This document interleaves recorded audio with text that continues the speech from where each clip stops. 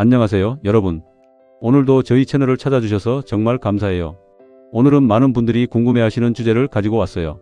바로 프로바이오틱스, 그러니까 유산균인데요. 이걸 먹을 때 어떤 음식이랑 같이 먹으면 효과가 더 좋아지고 또 어떤 음식이랑 같이 먹으면 오히려 효과가 떨어지는지에 대한 이야기예요. 아마 여러분 중에도 유산균 드시는 분들 많으실 거예요. 약국에서 사신 분도 계실 거고 마트에서 요구르트 매일 챙겨 드시는 분도 계실 거고 아니면 자녀들이 좋다고 사다 줘서 드시는 분들도 계시겠죠. 그런데 막상 먹고 나서 이게 진짜 효과가 있나 싶은 분들도 계실 거예요. 사실 그게 당연할 수 있어요. 왜냐하면 유산균은 어떻게 먹느냐에 따라서 효과가 완전히 달라지거든요. 오늘 이 시간에는 그 이야기를 아주 자세하게 그리고 실제로 우리 일상에서 바로 적용할 수 있는 방법으로 말씀드릴게요. 조금 길더라도 끝까지 들어주시면 정말 도움이 되실 거예요. 먼저 프로바이오틱스가 뭔지부터 간단하게 짚고 넘어갈게요. 프로바이오틱스는 우리 몸에 들어왔을 때 건강에 도움을 주는 살아있는 균을 말해요. 쉽게 말하면 우리 장 속에 있는 착한 균들이에요. 유산균이라고 부르기도 하고 요즘은 프로바이오틱스라는 말을 더 많이 쓰죠. 이 균들이 우리 장 속에서 자리를 잡고 활발하게 활동하면 소화가 잘 되고 변비가 좋아지고 면역력도 높아지고 심지어 피부도 좋아진다고 해요. 그런데 여기서 중요한 게 있어요. 이 균들은 살아있는 생물이에요. 살아있는 생물이다 보니까 환경에 굉장히 민감해요. 어떤 환경에서는 잘 살아남아서 장까지 도달하고 어떤 환경에서는 중간에 다 죽어버려요. 그래서 뭘 같이 먹느냐가 정말 중요한 거예요. 우리가 유산균을 먹으면 그게 입으로 들어가서 식도를 타고 위장으로 가잖아요. 위장에는 강산성의 위산이 있어요. 이 위산이 음식 속에 있는 나쁜 균들을 죽이는 역할을 하는데 문제는 좋은 균인 유산균도 같이 죽여버릴 수 있다는 거예요. 그래서 유산균이 이 위산의 공격을 뚫고 장까지 살아서 도달해야 효과가 있는 거예요.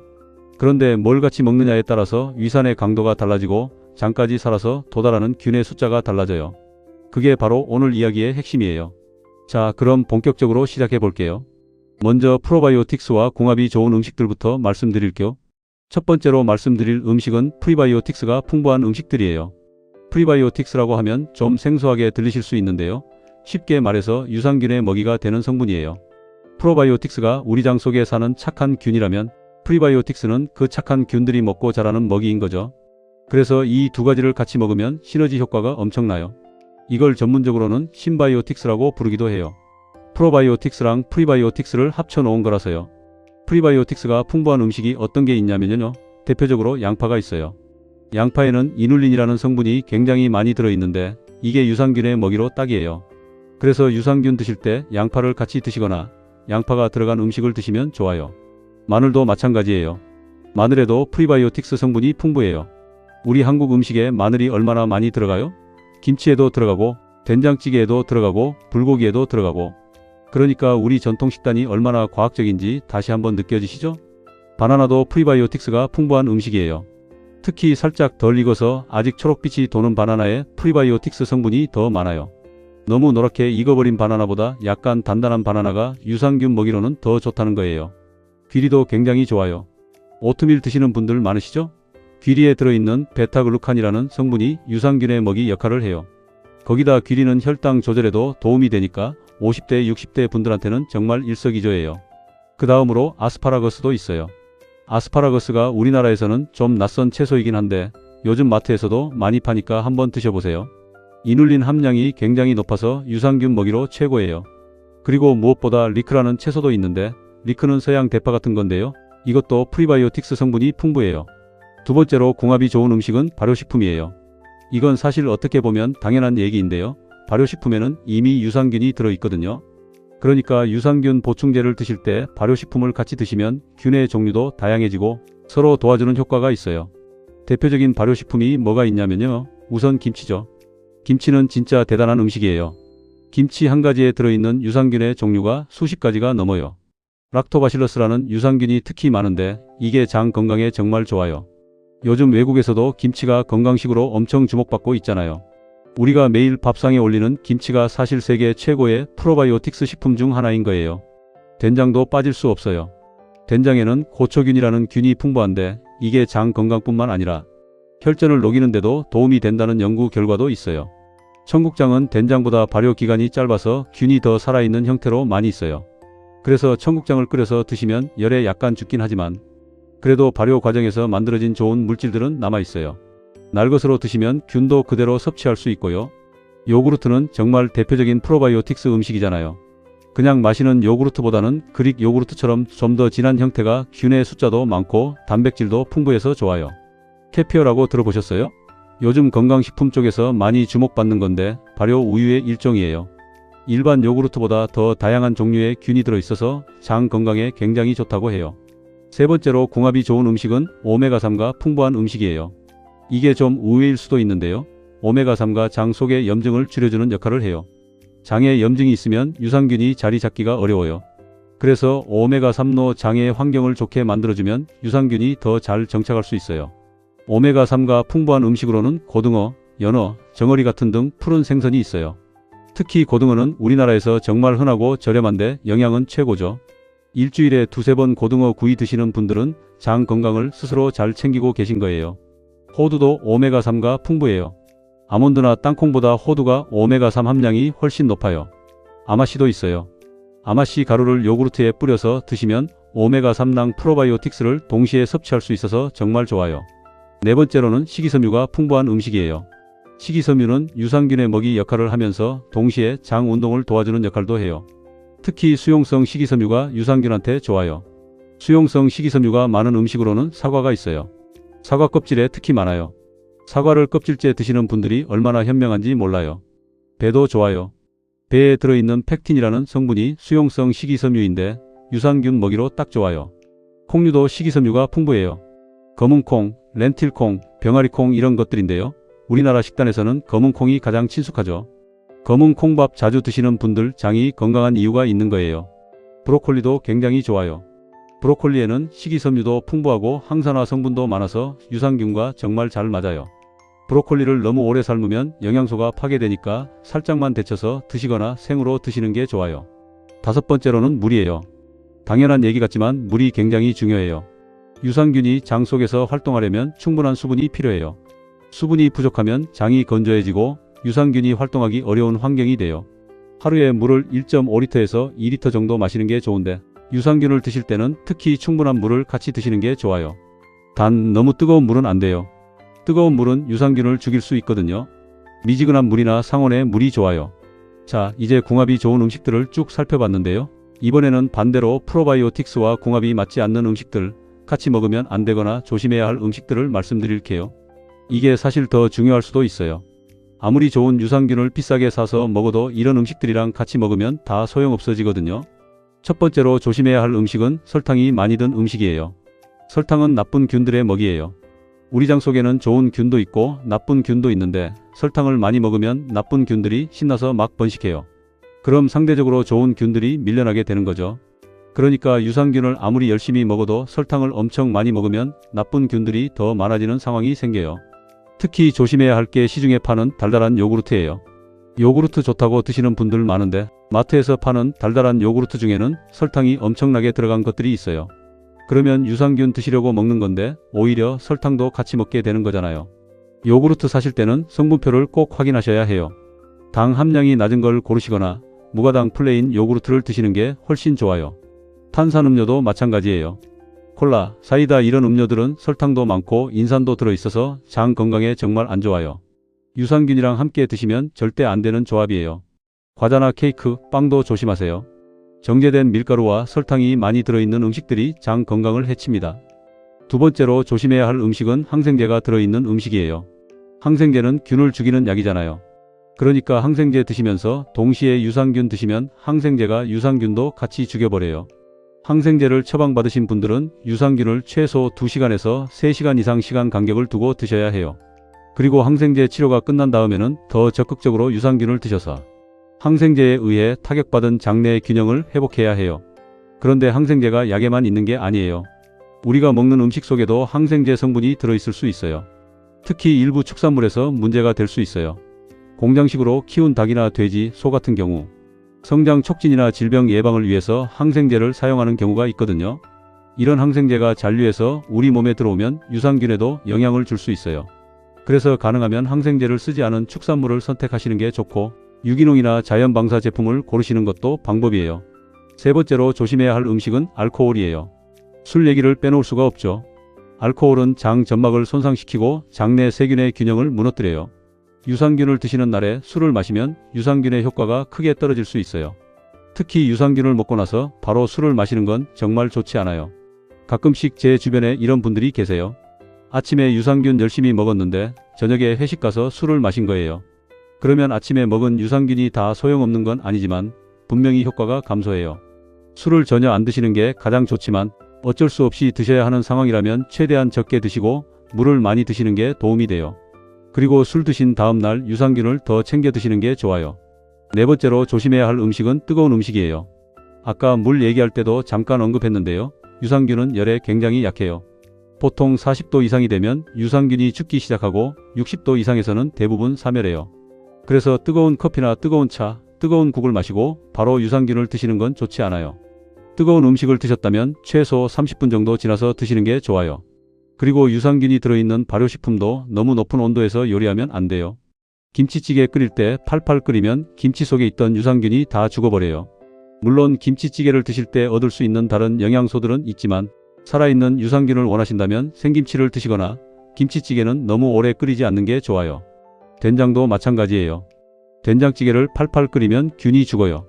그래서 된장을 날된장으로 드시거나 된장찌개를 만들 때 가장 마지막에 된장을 풀고 살짝만 끓이는 방법을 쓰시는 분들도 있어요. 다섯 번째로 조심해야 할 음식은 고지방 음식이에요. 특히 포화지방이 많이 든 음식들이에요. 삼겹살이나 튀긴 음식, 버터가 많이 든 음식들은 장 속의 환경을 나쁜 균이 살기 좋은 환경으로 바꿔버려요. 연구들을 보면 고지방 식이를 오래 지속한 경우 장내 세균의 다양성이 떨어지고 염증이 증가한다고 해요. 그러니까 삼겹살 먹은 날 유산균 먹는다고 다 해결되는 게 아니에요. 근본적으로 지방 섭취 자체를 조절하는 게 중요해요. 물론 좋은 지방은 괜찮아요. 아까 말씀드린 오메가3 같은 불포화 지방산은 오히려 장 건강에 도움이 돼요. 문제는 삼겹살이나 베이컨, 버터, 마가린 같은 포화 지방과 트랜스 지방이에요. 여섯 번째로 조심해야 할 음식은 과도한 소금이에요. 짜게 먹는 습관이 있으신 분들 계시죠? 특히 우리나라 분들이 음식을 좀 짜게 드시는 경향이 있는데 나트륨을 너무 많이 섭취하면 장내 세균의 균형에 부정적인 영향을 줄 수 있어요. 연구에 따르면 고나트륨 식이가 장내 유익균을 감소시킨다는 결과도 있어요. 그러니까 김치나 된장 같은 발효식품에도 소금이 꽤 들어가 있잖아요. 좋은 균도 있지만 나트륨 함량도 있으니까 너무 많이 드시지 않도록 적당히 조절하시는 게 중요해요. 일곱 번째로 조심해야 할 게 있는데요. 이건 음식은 아니지만 굉장히 중요해요. 바로 스트레스예요. 스트레스를 받으면 코르티솔이라는 호르몬이 나오는데 이 호르몬이 장 건강을 해쳐요. 장과 뇌는 서로 연결되어 있어서 스트레스를 받으면 장이 바로 반응해요. 긴장하거나 불안하면 배가 아프거나 설사가 나는 경험해 보신 분들 계시죠? 그게 바로 장과 뇌의 연결 때문이에요. 스트레스가 심하면 유산균을 아무리 먹어도 장내 환경이 좋아지기 어려워요. 그래서 유산균 드시는 것만큼이나 스트레스 관리가 중요해요. 산책도 좋고 명상도 좋고 좋아하는 취미 활동도 좋아요. 마음의 여유가 장의 여유로도 이어진다는 거 꼭 기억해 주세요. 이제 실제로 어떻게 드셔야 할지 좀 더 구체적으로 말씀드릴게요. 유산균은 언제 드시는 게 가장 좋을까요? 많은 분들이 이걸 궁금해하세요. 전통적으로는 공복에 드시라는 얘기가 많았어요. 위산이 적은 공복에 드셔야 유산균이 더 잘 살아남는다는 이유에서였죠. 그런데 최근 연구들을 보면 꼭 공복일 필요는 없고 오히려 식사 직후나 식사 중에 드시는 게 더 좋다는 결과도 있어요. 왜냐하면 식사 중에는 음식이 위산을 희석시켜 주거든요. 음식이 있으면 위산의 pH가 올라가서 덜 강한 산성 환경이 돼요. 그러면 유산균이 더 쉽게 위를 통과할 수 있어요. 게다가 음식 중에 지방이 있으면 유산균을 보호하는 역할을 해요. 그래서 유산균을 식사와 함께 드시거나 식사 후 30분 이내에 드시는 게 좋다는 연구 결과들이 있어요. 물론 유산균 제품마다 권장 섭취 방법이 다를 수 있으니까 제품 설명서를 확인하시는 것도 중요해요. 유산균을 고를 때는 균의 종류가 다양한 게 좋아요. 한 가지 균만 있는 것보다 여러 종류의 균이 복합적으로 들어있는 제품이 더 다양한 효과를 볼 수 있거든요. 그리고 균의 숫자도 중요해요. 보통 억 단위 이상의 균이 들어있는 게 좋아요. 제품 라벨에 CFU라는 단위로 표시되어 있는데 이게 균의 숫자예요. 10억 CFU 이상이면 좋다고 볼 수 있어요. 그리고 장용성 코팅이 된 제품을 고르시면 더 좋아요. 장용성 코팅이란 게 뭐냐면 캡슐이 위에서는 녹지 않고 장에 가서 녹도록 특수 처리된 거예요. 그러면 위산의 공격을 피하고 장까지 안전하게 도달할 수 있거든요. 자, 이번에는 실제 식단 예시를 말씀드릴게요. 하루를 어떻게 드시면 유산균 효과를 최대로 볼 수 있는지 실제 사례 형태로 이야기해 드릴게요. 예를 들어 아침을 드실 때 무가당 그릭 요구르트에 바나나 슬라이스를 올리고 귀리를 뿌려서 드세요. 여기에 아마씨 가루도 한 스푼 추가하면 더욱 좋아요. 이 한 그릇에 프로바이오틱스와 프리바이오틱스, 오메가3, 식이섬유가 모두 들어있는 거예요. 그리고 물 한 잔 마시면서 유산균 제품을 드시면 최고예요. 점심에는 현미밥에 된장찌개, 생김치, 브로콜리 나물을 드세요. 된장찌개는 너무 팔팔 끓이지 않고 마지막에 된장을 풀어서 살짝만 끓이는 게 좋아요. 생김치를 곁들이시면 살아있는 유산균을 추가로 섭취할 수 있어요. 저녁에는 고등어구이나 연어구이를 드시고 양파 샐러드를 곁들이세요. 양파는 생으로 드시면 프리바이오틱스 효과가 더 좋아요. 식후에는 사과를 껍질째 드세요. 이런 식단을 지속하시면 몇 주 안에 장 건강이 확실히 좋아지는 걸 느끼실 수 있어요. 이 채널을 오래 보신 분들은 아시겠지만 저는 항상 독자분들이나 시청자분들한테서 경험담을 많이 들어요. 그 중에 기억에 남는 이야기가 있어요. 60대 중반이신 한 어머님이 계셨는데 오랫동안 변비로 고생하셨어요. 유산균 제품을 여러 가지 드셔봤는데 별로 효과가 없다고 하시더라고요. 그래서 어떻게 드시냐고 물어봤더니 아침마다 달달한 시판 요구르트를 드시면서 유산균 알약도 함께 드신다는 거예요. 그리고 커피도 뜨겁게 한 잔 드신다고요. 식단은 주로 밀가루 음식이 많고 채소는 잘 안 드신다고 하셨어요. 그래서 이렇게 말씀드렸어요. 유산균을 드시는 방법을 바꿔보시자고요. 일단 달달한 시판 요구르트는 무가당 플레인으로 바꾸시고 유산균은 뜨거운 커피 드시기 전에 드시지 마시고 커피 드신 후 1시간 정도 지나서 드시라고요. 그리고 식사에 채소랑 발효식품을 좀 더 추가해 보시라고 했어요. 한 달 후에 연락이 왔는데 변비가 많이 좋아졌다고 하시면서 너무 신기하다고 하시더라고요. 유산균을 드신 건 예전이랑 똑같은데 드시는 방법이랑 같이 드시는 음식을 바꿨더니 효과가 완전히 달라진 거예요. 이게 바로 오늘 제가 말씀드리고 싶은 핵심이에요. 유산균 자체도 중요하지만 어떻게, 무엇과 함께 드시느냐가 정말 중요하다는 거예요. 또 다른 경험담도 말씀드릴까? 50대 후반이신 한 분이 계셨는데 면역력이 약해서 감기를 달고 사신다고 하셨어요. 그래서 면역력을 높이려고 유산균을 드시기 시작했는데 역시 별 효과를 못 느끼신다고 하셨어요. 이분은 식습관을 여쭤보니까 저녁에 술을 좀 드신다고 하셨어요. 매일은 아니지만 일주일에 서너 번은 드신다고요. 그리고 안주로 삼겹살을 즐겨 드신다고 하셨어요. 알코올과 고지방 음식이 유산균의 효과를 떨어뜨리고 있었던 거예요. 술을 줄이고 안주를 삼겹살 대신 두부나 채소류로 바꾸고 술을 드신 다음 날은 더 적극적으로 유산균을 드시라고 조언드렸어요. 그랬더니 몇 달 후에 감기에 덜 걸리게 됐다고 하시더라고요. 이런 경험들을 보면서 유산균은 단순히 먹는다고 해결되는 게 아니라 전체적인 생활 습관 속에서 어떻게 활용하느냐가 중요하다는 걸 더 확신하게 됐어요. 이번에는 나이가 드실수록 특히 중요한 부분을 말씀드릴게요. 우리 나이가 들수록 장내 세균의 다양성이 줄어들어요. 20대 때랑 60대 때 장내 세균을 비교해보면 60대가 되면 유익균의 종류가 훨씬 줄어 있어요. 특히 비피더스균이라는 유산균이 나이 들면서 현저하게 줄어드는데 이게 면역 기능이랑 연관이 있어요. 그래서 나이 드실수록 더 적극적으로 유산균을 챙기셔야 해요. 그리고 균의 종류도 더 다양하게 드시는 게 좋아요. 비피더스균이 들어있는 제품을 선택하시는 것도 도움이 돼요. 또 나이가 들면 위산 분비도 줄어들어요. 젊었을 때보다 위산이 덜 나와요. 그러면 한편으로는 유산균이 위를 통과하기 더 쉬워지는 장점도 있지만 반면에 소화 기능 자체가 떨어진다는 단점도 있어요. 그래서 50대, 60대 이상이신 분들은 소화 효소가 함께 들어있는 유산균 제품을 선택하시는 것도 좋은 방법이에요. 또 하나 중요한 게 있어요. 변비가 있으신 분들이 유산균을 드실 때는 특히 수분 섭취를 충분히 하셔야 해요. 유산균이 활동하면서 가스가 생성되는데 수분이 부족하면 이 가스가 배 속에 갇혀서 더 불편하실 수 있어요. 물을 충분히 드시면서 유산균을 드셔야 변비도 더 빨리 해소돼요. 반대로 설사가 잦으신 분들은 어떻게 하면 좋을까요? 설사가 잦을 때도 유산균이 도움이 되는데요. 이때는 특히 락토바실러스 람노소스라는 균이 들어있는 제품이 효과적이에요. 설사 증상이 있을 때는 섬유질이 너무 많은 음식은 오히려 설사를 악화시킬 수 있으니까 조금 조심하시고 바나나나 쌀죽같이 부드러운 음식과 함께 드시는 게 좋아요. 이번에는 좀 더 세부적인 상황별 팁을 드릴게요. 여행을 가시거나 환경이 바뀔 때는 장이 특히 예민해지잖아요. 해외여행 가서 배탈 나시는 분들 많으시죠? 이럴 때 여행 출발 전 일주일 전부터 유산균을 더 적극적으로 드시고 여행 중에도 계속 드시면 훨씬 도움이 돼요. 여행지에서는 발효식품을 못 드실 수도 있으니까 유산균 캡슐을 챙겨 가시는 게 좋아요. 수술이나 입원 전후에도 유산균이 중요해요. 수술 전후에 항생제를 쓰는 경우가 많은데 그러면 장내 균형이 많이 무너져요. 수술 후 회복 과정에서 유산균을 적극적으로 드시면 회복이 더 빨라질 수 있어요. 물론 수술 전후에는 담당 의사 선생님과 상의하셔야 해요. 계절 변화에도 장이 민감해요. 봄이나 가을에 환절기가 되면 면역력이 떨어지고 장이 예민해지는 분들이 많아요. 이런 환절기에는 유산균 섭취를 늘리고 면역에 도움이 되는 음식들을 더 챙겨 드세요. 자, 이제 마무리를 지으면서 오늘 말씀드린 내용을 정리해 드릴게요. 유산균과 궁합이 좋은 음식으로는 첫째로 양파, 마늘, 바나나, 귀리, 아스파라거스 같은 프리바이오틱스 풍부한 음식들이에요. 둘째로 김치, 된장, 요구르트, 캐피어 같은 발효식품들이에요. 셋째로 고등어, 연어, 호두, 아마씨 같은 오메가3가 풍부한 음식들이에요.